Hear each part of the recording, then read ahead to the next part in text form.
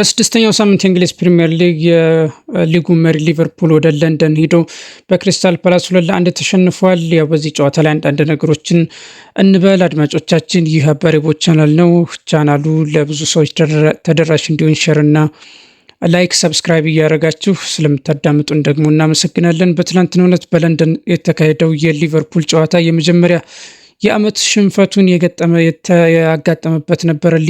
ሊቨርፑል በመጨረሻ እስካሁን እሱ ሲያደርጋቸው እንደነበሩት እሱ ላይ ተደርጎ ነው የተሸነፈው። ሊቨርፑል እስካሁን በነበሩት የፕሪሚየር ሊግ ጨዋታዎች በጭማሪ ደቂቃዎች ጎሎችን እያስቆጠረ እያሸነፈ እንደመጣ ይታወቃል። በዚህ ደግሞ በስድስተኛው ሳምንት እሱ ላይ ባለቀ ሰዓት በተቆጠረበት ጎል ነው 2-1 የተሸነፈው።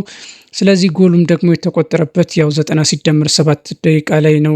ኤድዋርድ ኒኬታ የቀድሞ የአርሰናል ተጫዋች ያስቆጠረባቸው። ስለዚህ በጨዋታው ላይ የነበረውን ሂደት አንዳንድ ነገሮችን ስንመለከት ያው ሊቨርፑል በቋሚ አሰላለፍነት ይዟቸው የገባው በአራት ተከላካይ ኮኖር ብራድሊ፣ ኢባ ኮናቴ፣ ቫንዳይክ እና ሚሎሽ ኬርኬዝ ናቸው። ያው እንደተጠበቀው በረኛው አሊሰን ነው። መሀል ላይ ራያን ክራቨንበርግ እና አሌክሲስ ማካሊስተር ነው። እንደባለፈው የፕሪሚየር ሊጉ ጨዋታ ያጣመረው በተለይ በጉዲሰን ፓርኩ ጨዋታ ላይ ማለት ነው። እንዲህ በመርሲሳይዱ ደርቢ ጨዋታ ላይ እንዲሁም ደግሞ የሞሳላህን ዞቦዝ ላይ ፍሎሪያን ቨትዘን እና አይዛክን በፊት መስመር አሰልፏል። በዚህ ጨዋታ ላይ ፍሎሪያን ቨትዝ በቋሚነት ሲሰለፍ ኮዲ ጋክፖ ወደ ቤንችነት ነው የተሸጋገረው። ስለዚህ በዚህ ሁኔታ በዚህ አሰላለፍ ነው የገቡ ክሪስታል ፓላሶች ያው በ3-4-3 ነው የገቡት። በዚህ ያው ሁለቱ ቡድኖች የሚያገናኛቸው ሁኔታ ሁለት ጉዳዮች አሉ። እንደዚሁም በኮሚኒቲ ሺልድ ሁለቱ ቡድኖች የመጀመሪያ ጨዋታቸውን በአመቱ የከፈቱበትን ጨዋታ አድርገው ነበረ። በዛ ላይ በኮሚኒቲ ሺልዱ ጨዋታ ላይ ክሪስታል ፓላስ ማሸነፉ ይታወሳል። በዛ ላይ ደግሞ በጣም የሊቨርፑል ሁለቱን የቲቦ ኮናቴና የቨርጅል ቫንዳይክን የመከላከል ችግር ያየንበት ጨዋታ ነበረ። ሊቨርፑል እንዴት ይቀጥላል የሚለው በተከላካይ መስመሩ በተለይ ሲያስፈርማቸው የነበሩት የመሀልና የአጥቂ መስመር ተጫዋቾች ስለነበሩ ማለት ነው የመሀል ተከላካይ ያስፈልገዋል በሚል ያው ይወራ ነበረ። የሚሎሽ ኬርኬዝና የፍሬምፖንግን መፈረም ተከትሎ እንዲሁም ደግሞ የቲቦ ኮናቴ ደግሞ በሪያል ማድሪድ መፈለግና እንደዚሁም ደግሞ የፊትነስ ችግር እንዳለበትም ይታወቃል። እነዚህን መሰረት አድርጎ የኳንሳም ወደ ባየር ሌቨርኩሰን መሄዱን ተከትሎ ሊቨርፑል ግድ የመሀል ተከላካይ ማስፈረም አለበት ተብሎ የክሪስታል ፓላሱን የመሀል ተከላካይ ማርክ ጉሂን የቀድሞ የቸልሲን አካዳሚ ተጫዋች ያሁኑን ደግሞ የክሪስታል ፓላስን አምበል ለማስፈረም ጥረት አድርገው በመጨረሻም የተሳካላቸው መስሎ ነበረ። ነገር ግን የክሪስታል ፓላሱ አሰልጣኝ ኦሊቨር ግራስነር ተተኪውን ባለማግኘታችን አምበላችንን ማርክ ጉሂን አንለቅም በማለት ያው ዝውውሩን ማስቆማቸው ይታወቃል። እንዲሁም ደግሞ ክለቡን እለቃለሁም ብለው ነበር። ማርክ ጉሂን ክለቡ የሚሸጠው ከሆነ ብለው ነበረ። ስለዚህ ክሪስታል ፓላስና ሊቨርፑል በክረምቱና በውድድሩ ዘመኑ መጀመሪያ ላይ ያገናኛቸው ይህን ነበረ። ስለዚህ ክሪስታል ፓላስ በእርግጥ በሜዳውም ነው የሚጫወተው። ያው ከባድ ከሚባሉ ቡድኖችም አንዱ እንደሆነ ይታወቃል። በእንግሊዝ ፕሪሚየር ሊግ ለመግጠም አስቸጋሪ ከሚሆኑ ቡድኖች አንዱ መሆኑ ይታወቃል። ስለዚህ ለሊቨርፑል ያው ቀላል እንደማይሆን ይጠበቅ ነበረ። ስለዚህ 9ኛው ደቂቃ ላይ ነበረ እስማኤል አሳር የመጀመሪያውን ጎል ያስቆጠረ። ይህ ከኮርነር የተሻገረው ኳስ ነበረ። ስለዚህ ከኮርነር የተሻገረውን ኳስ ነው የክሪስታል ፓላሱ አጥቂ እስማኤል አሳር ማስቆጠር የቻለው። ስለዚህ ሊቨርፑሎች 1-0 እየተመሩ ነበር የመጀመሪያው አጋማሽ የተጠናቀቀው ማለት ነው። በሊቨርፑል በኩል በተለይ የበረኛው የአሊሰን ጥሩ ብቃት መሆኑን ተከትሎ ነው እንጂ ሊቨርፑል በመጀመሪያው አጋማሽም ብዙ ጎሎችን ሊያስተናግድ ይችል ነበረ። በፈርስት ሃፍ ያው ሊቨርፑል እንደተለመደው 71 የቦል ፖሴሽን ነበረው። ነገር ግን ክሪስታል ፓላስ 2 ኤክስጂ አስመዝግቧል። ቢግ ቻንሶችን ደግሞ ሊቨርፑል 1 ሲሆን ክሪስታል ፓላስ 4 መፍጠር ችሎ ነበረ። እንዲሁም ደግሞ 10 ሾቶችን ማድረግ ችሎ ነበረ። ሊቨርፑል 6 ነው። ሾት ኦን ታርጌት ሊቨርፑል 2 ሲሆን ክሪስታል ፓላስ ደግሞ 4 መሞከር ችለው ነበረ። ስለዚህ በጣም ኢፌክቲቭ የነበሩት ክሪስታል ፓላሶች ናቸው። ምንም እንኳን ኳስን ፖሰስ ማድረግ ቢችልም ሊቨርፑል 0.39 ነበረ ኤክስጂን ማስመዝገብ የቻለው ማለት ነው። ስለዚህ ክሪስታል ፓላሶች 2 ኤክስፔክትድ ጎል ማስመዝገብ ችለዋል። በ1-0 እየመሩ ነው ጨዋታውን የመጀመሪያውን አጋማሽ ማጠናቀቅ የቻሉት። ስለዚህ ጨዋታው 1-0 እየመሩ ነበረ። ክሪስታል ፓላሶች ወደ ሁለተኛው አጋማሽ የገቡት። ሊቨርፑሎች በሁለተኛው አጋማሽ ኮኖር ብራድሌን በኮዲ ጋክፖ ቀይረው ማስገባት ችለው ነበረ። ነገር ግን ምንም እስከዛ ድረስ የፈጠሩት ምንም ነገር አልነበረም። ማካሊስተርን በክሪስ ጆንስ እንደዚሁም ደግሞ ፍሎሪያን ቨርትስን ደግሞ በፍሬደሪኮ ኬዛ 74ኛው ደቂቃ ላይ ቀይረው ማስገባት ችለዋል።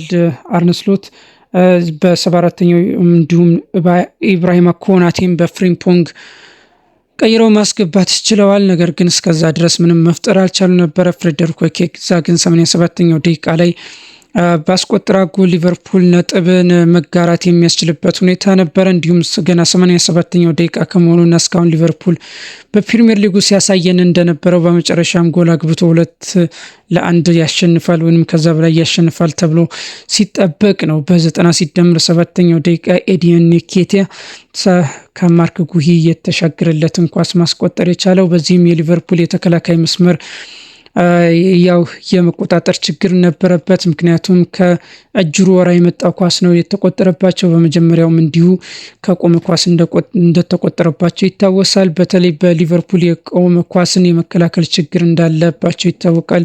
ምንም እንኳን ኢብራሂማ ኮናቴ እንዲሁም ቨርጂል ቫንዳይክ የመሳሰሉ ግዙፍ ተከላካዮች በመሃል እንዲሁም ደግሞ አሊሰንን የመሰለ ኳስን ማሸነፍ የሚችል በረኛ ቢኖራቸውም ነገር ግን የመከላከል ችግር እንዳለባቸው ይታወሳል። በኒውካስልም ጨዋታ ኒውካስል በ10 ተጫዋችም በቆመ ኳስ ሁሉ በእጅሩ ወራ ሁሉ እየወረወረ ጎሎችን ሲፈጥር አይተናል። ስለዚህ ሊቨርፑል ያው የመከላከል ችግር እንዳለበት ያው ይታወሳል። ያው በማጥቃት መስመሩ ነው እስካሁንም እየተደገፈ ያለው እንጂ ጎል የሚቆጠርበት ቡድን እንደሆነ ይታወሳል። በባለፈው በመርሲሳይድ ደርቢም ኤቨርተን ጭንቅ ውስጥም እንደከተተው ይታወሳል። ያው ሊቨርፑል ጨዋታን የሚያሸንፉ እንደ ሞሳላ አይነት ተጫዋቾች ስላሉት ብቻ እያሸነፈ ወደ ፕሪሚየር ሊጉ አናት ላይ መቀመጡ ይታወሳል። ስለዚህ አርነ ስሎትም ወደዚህ ጨዋታ ከመምጣታቸው በፊት ጆቫኒ ሊዮኒ የማል ተከላካዩን ከጣሊያን ያመጡት ሙሉ አመቱን በኤሲኤል ጉዳት እንደማይኖር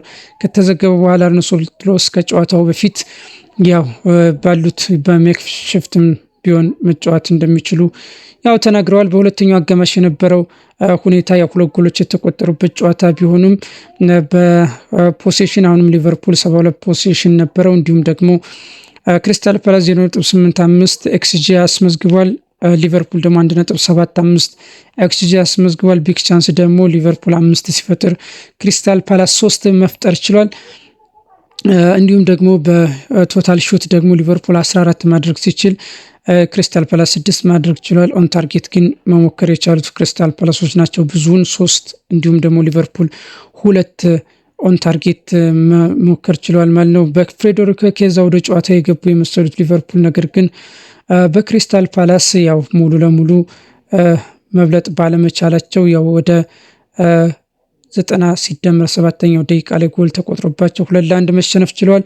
ሙሉ የጨዋታውን ደግሞ ስታቲስቲክስ በምንመለከትበት ጊዜ ኤክስጂ ክሪስታል ፓላስ 2.9 ሲያስመዘግብ ሊቨርፑል 2.14 ነው። ቢግ ቻንስ 7-6 ነው። ክሪስታል ፓላስ ነው 7 ያስመዘገበው። እንዲሁም ደግሞ ቶታል ሾትን ደግሞ በምንመለከትበት ሰዓት ሊቨርፑል 20 ሲሞክር ክሪስታል ፓላስ 16 ነው። ሾት ኦን ታርጌት ግን ሊቨርፑል 4 ሲሞክር እንዲሁም ደግሞ ክሪስታል ፓላስ 7 ነው መሞከር የቻሉት ማለት ነው። ስለዚህ ሊቨርፑል በትላንትናው ዕለት የመጀመሪያ ሽንፈቱን በክሪስታል ፓላስ በሰልኸርስት ፓርክ የመጀመሪያ ሽንፈቱን ቀምሷል እና ሊቨርፑል ያው እንዲህ ነው ጨዋታውን እየጨረሰው በትላንትናው ዕለት ማለት ነው።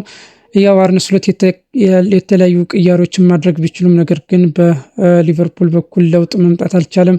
አይዛክንም ማሰለፍ ችሎ ነበር። የፕሪሚየር ሊጉን ወይም የእንግሊዝ ፕሪሚየር ሊግን ሪከርድ ሰብረው ያሰለፉትን ወይም ያስፈረሙትን ተጫዋች ማሰለፍ ችሎ ነበረ። ነገር ግን በጨዋታው ላይ ጥሩ እንቅስቃሴ ማድረግ አልቻለም። በመጨረሻም በኑንጉ ሙሃ ተቀይሮ መውጣት ችሏል። በትላንትናው ዕለት ያው በጨዋታው ላይ ቋሚ ሆኖ ሲሰለፍ የነበረው ሁጎ ኤኪቲኬ በካራባው ካፕ ያው በሁለት የቢጫ ካርድ ማሊያውን አውልቆ በስተመጨረሻ የጨዋታ እገዳ ላይ ስለሆነ በትላንትናው ዕለት ቀጥታ የተሰለፈው አሌክሳንደር አይዛክ ነበረ። ስለዚህ ሊቨርፑል ለንደን በትላንትናው ዕለት ነጥብ ጥሎ ነው የተመለሰው ማለት ነው። በጨዋታው ላይ የነበረው ሁኔታ ይህንን ይመስላል። በሴልኸርስት ፓርክ የፍሬዴሪኮ ኬዛ ከተቀይሮ በመግባት ሁለተኛውን ጎል ነው በትላንትናው ዕለት በሊቨርፑል ማስቆጠር የቻለው። እንዲሁም በቦርንማውዝ ጨዋታም እንዲሁ ኳስን አስቆጥሮ ነበረ። የመሪነቷን ጎል በማስቆጠር ሊቨርፑል አሸናፊ እንዲሆን አስችሎ ነበረ። ያው ሊቨርፑል ሁሉንም እያሸነፈ ነበረ